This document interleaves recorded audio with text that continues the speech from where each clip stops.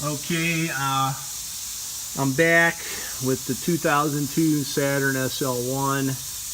I thought I was going to be able to go in the back here and cut between the gas tank and the rear cradle to get the bolts out, but after doing some measuring and whatnot, found out that they are long, and when I go to put the new ones in, I will not be able to get them in due to the gas tank.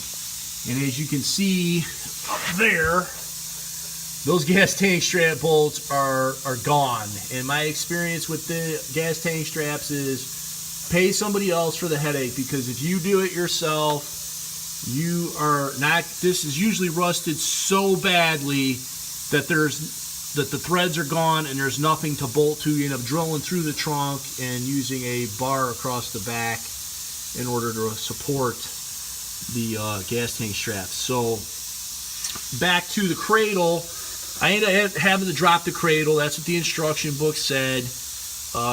You know, those books are worth their weight in gold. So I have a Haynes manual. If you guys, some of the older guys probably remember the Chiltons, those were a little bit better. But these are held in place. There's two 18mm bolts that go up underneath here.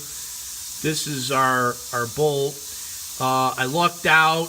As you can see, the metal looks like it's, you know, fairly decent on both sides here up in there. I lucked out and was able to get them out with an 18mm stock impact and a swivel extension, probably about 2 inches long.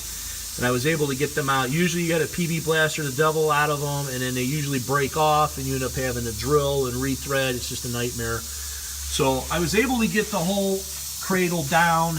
I didn't want to mess with the brake lines, but I might have to mess with those. I'm hoping not, that I have enough slack in the new nickel cadmium copper lines. They can handle the pressure. I put them in, lasted for years, and they don't rot.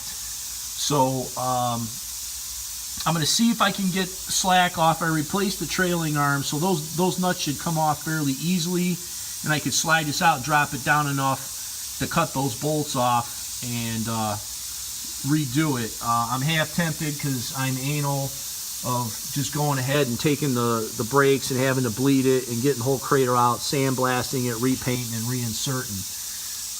I'll be back with another video, a third one to come.